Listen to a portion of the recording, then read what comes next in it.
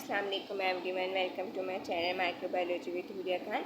So today our topic is DNA, gene and introduction to molecular biology and genetic engineering का ये second video है जिसमें मैं आपको DNA, जीन और इन सारी टर्म्स के बारे में समझाऊंगी। अच्छा, DNA क्या होता है? DNA stand for deoxy ribonucleic acid, more commonly known as DNA। ठीक है।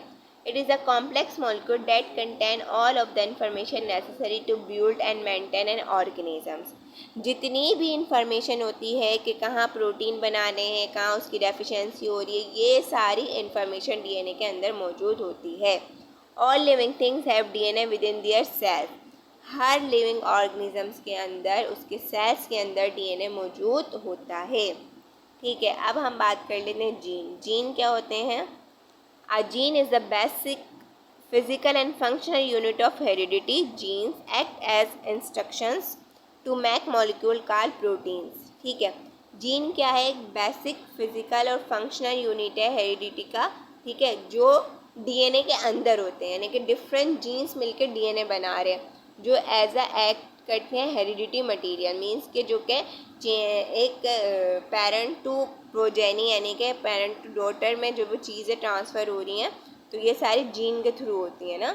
जैसे किसी को अगर डायबिटीज़ है तो हम पूछते हैं हिस्ट्री में, भाई कोई भी पेशेंट आ रहा है डॉक्टर के पास कि आपको डायबिटी है, तो भाई डायबिटीज़ है, कम एज वालों को भी हो रही है, यंगस्टर को भी हो रही है, तो भाई हम उनको हिस्ट्री पूछते हैं कि आपकी हिस्ट्री में बताएं कि आपके ख़ानदान में किसी को डायबिटीज़ है या नहीं है। तो ये क्या, ये जीन से ट्रांसफ़र होती हैं, तो जीन से बीमारियां भी ट्रांसफ़र हो सकती हैं कैरियर में। ठीक है। Each piece of the information that specify a protein corresponds to only a very small segment of the DNA molecule. मैंने बताया आपको कि ये डीएनए की बहुत ही स्मॉल फ्रेगमेंट्स होती हैं जिनको हम जीन्स कहते हैं। A gene is a combination of DNA segment that contain all the information necessary for its expression leading to the formation of a protein. ठीक है, उसके बाद जब ये सारे वो जब आप रिप्लिकेशन पढ़ेंगे तो उसमें आपको समझ आएगा कि किस तरह से डीएनए एक से दो कॉपी बना रहा है, रिप्लिकेट कर रहा है, और उसके बाद प्रोटीन की फॉर्मेशन हो रही है। A gene define in this context would include, तो उसमें क्या क्या आ जाएंगी चीज़ें, ये मैं आपको दिखाती हूँ। ठीक है, उसमें आ जाएंगे the structural gene sequence that encode the protein sequences that are involve in the regulatory function of the process. यानी कि एक तो वो स्ट्रक्चरल जीन्स होंगे जो कि प्रोटीन को कोड करवा रहे हैं। ठीक है, और दूसरे सीक्वेंस इन्वॉल्व होंगे क्या, उसके फंक्शन को रेगुलेट करने में। मतलब कुछ उसकी फ्रेगमेंट्स इसलिए होंगी कि प्रोटीन को कोड करवाएं, कुछ उसको रेगुलेट करेंगी। तो इनमें बहुत सारे इन चीज़ों में जो है उसका एंजाइम्स का भी बहुत अहम रोल होता है। जब आप रिप्लिकेशन पढ़ेंगे तो उसको अच्छे से देखेंगे। अच्छा, यहाँ पर कुछ टर्म्स हैं वो भी मैं आपको बता देती हूँ, कन्फ्यूजिंग टर्म्स कुछ। ठीक है, the double stranded DNA molecule can store genetic information in either strand. There is a confusion with the nomenclature of the two DNA strand which may be called. ठीक है, अब कुछ ऐसे टर्म्स हैं जो एक ही चीज़ के लिए बहुत सारे टर्म्स यूज़ हो रहे होते हैं। बात एक ही होती है लेकिन उसको अलग अलग वर्ड्स उसके लिए यूज़ कर रहे होते हैं। अब जैसे coding, sense, plus, transcript, template, ये सारे एक ही चीज़ के नाम हैं। ठीक है, डीएनए का को कोड करना, उसका सेंस, उसका प्लस, ट्रांसक्रिप्ट होना, टेम्पलेट बनाना एक ही है। अब उसके अपोजिट में non coding, anti sense, minus, non transcript, non template, ये सारे भी एक ही टर्म है। अगर हम नॉन कोडिंग बोल रहे हैं, एंटी सेंस बोल रहे हैं, बात सेम ही है, सिर्फ वर्ड्स चेंज है। ठीक है, अब आगे हम देखते हैं देन नेक्स्ट स्लाइड में। The genetic information is expressed by transcription of the non-coding strand of DNA। जो जेनेटिक इन्फॉर्मेशन है वो किस तरह से एक्सप्रेस होती है, जब ट्रांसक्रिप्शन होती है तो उसमें जो नॉन कोडिंग स्ट्रैंड्स होती हैं डीएनए की, वो क्या करवाती हैं, ट्रांसक्रिप्शंस करवाती हैं ना, which produce an mRNA molecule having the same sequence as the coding strand of DNA. तो क्या बनता है, mRNA बनता है। mRNA बनने के बाद यानी कि मैसेंजर आरएनए बनता है, उसके बाद प्रोटीन की सिंथेसिस होती है, ट्रांसफ़र आरएनए बनता है, यानी वो ट्रांसफ़र करता है एक प्रोटीन, एक कोड करवा के फिर दूसरे को करवाएगा, फिर उसको ट्रांसफ़र करेगा। ठीक है, तो इस तरह से पूरी उसकी प्रोटीन की सिंथेसिस हो जाती है।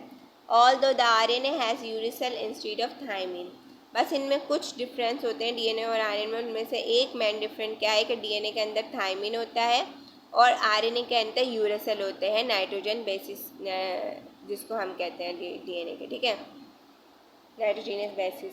The sequence of the coding strain is usually reported when dealing with DNA sequence data because it gives easy reference to the sequence of the RNA।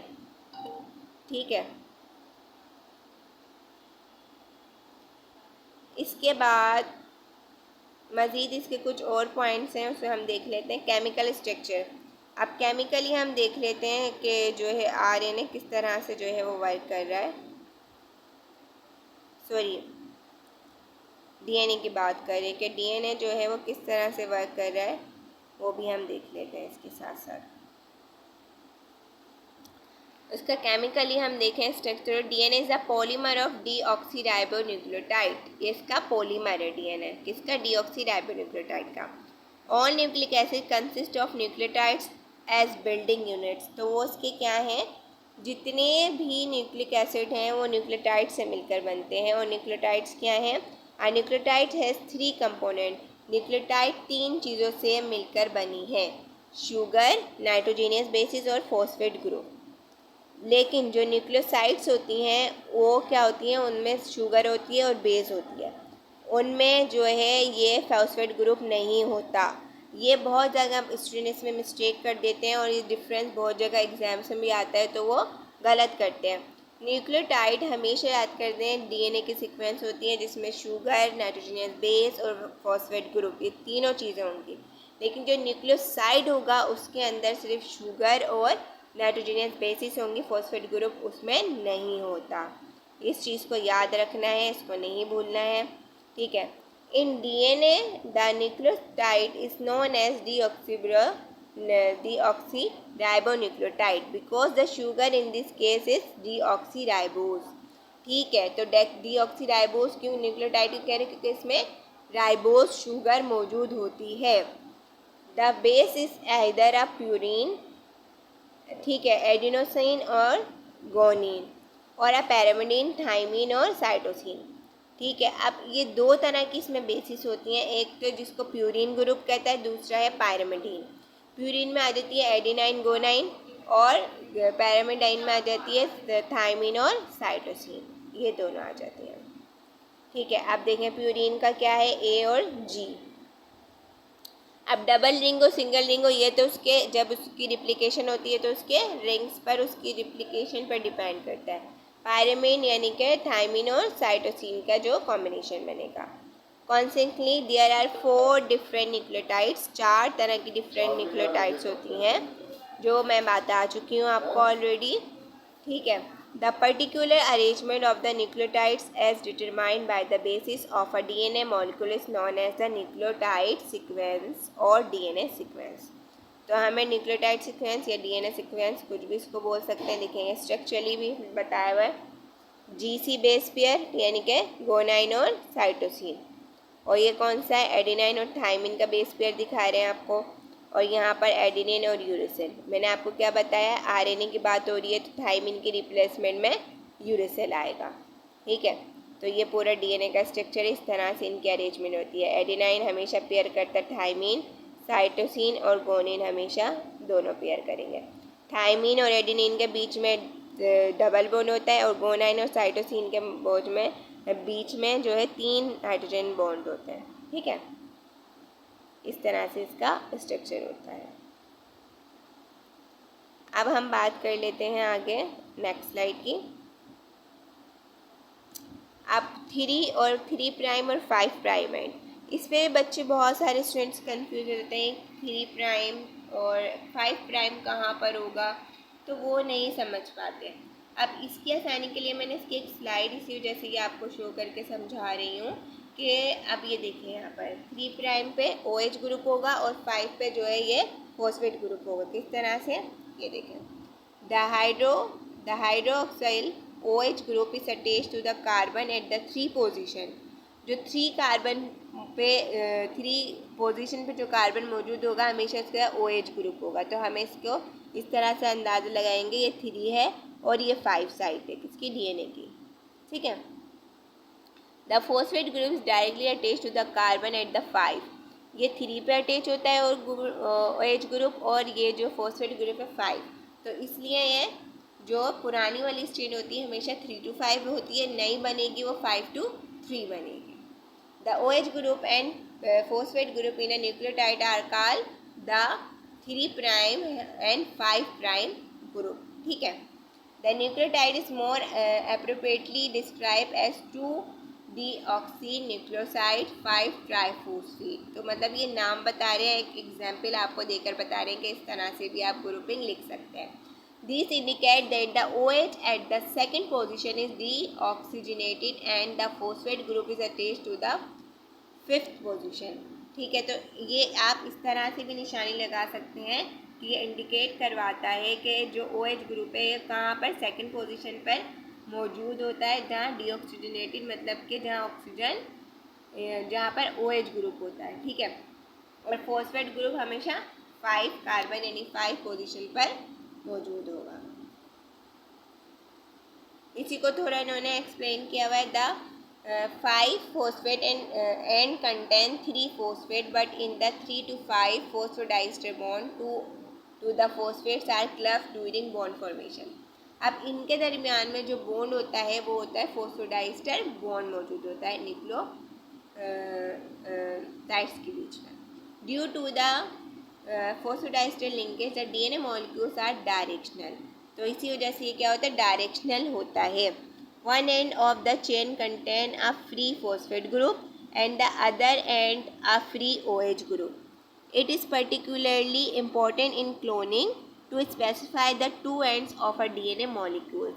अब देखें, एक हो गया 5 3 to 5, 3 एक और 5 दूसरा, 5 फॉस्फेट एंड पे होगा और 3 OH ग्रुप पे होगा, ठीक है। तो इस तरह से भी आप इसको आइडेंटिफाई कर सकते हैं। राइटिंग आ डीएनए मॉलिक्यूल्स, तो आप लिखेंगे कैसे, डीएनए मॉलिक्यूल की लैंग्वेज भी होती है, किस तरह से होती है देखें। Since the deoxyribose and phosphate backbones are the same for every nucleotides, ठीक है। ये कह रहे हैं कि डीऑक्सीराइबोज और जो फॉस्फेट बैकबोन होगी ना वो हर न्यूक्लियोटाइड की सेम होगी, सिर्फ बेस पेयरिंग में डिफरेंस होती है कि एडेनाइन थाइमिन के आगे पीछे हो जाएंगे, ठीक है। तो उसमें पेयरिंग में थोड़ा हो जाएगा। A DNA molecule can then simply be represented by the bases। अब बेसिस कौन सी है, 4 मैंने आपको बताया, adenine thymine guanine and cytosine, ये होती हैं 4। अब एग्जाम्पल के तौर पे देखें, यहाँ पे बता रहे हैं सीक्वेंसेस आपको बताएंगे। 5 पे क्या है, इस पर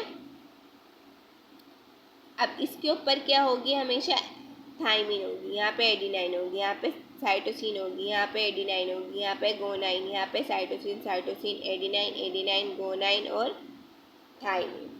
It is important to note that a DNA sequence always read in a 5 to 3 direction. In writing a DNA sequence always start with the 5 end।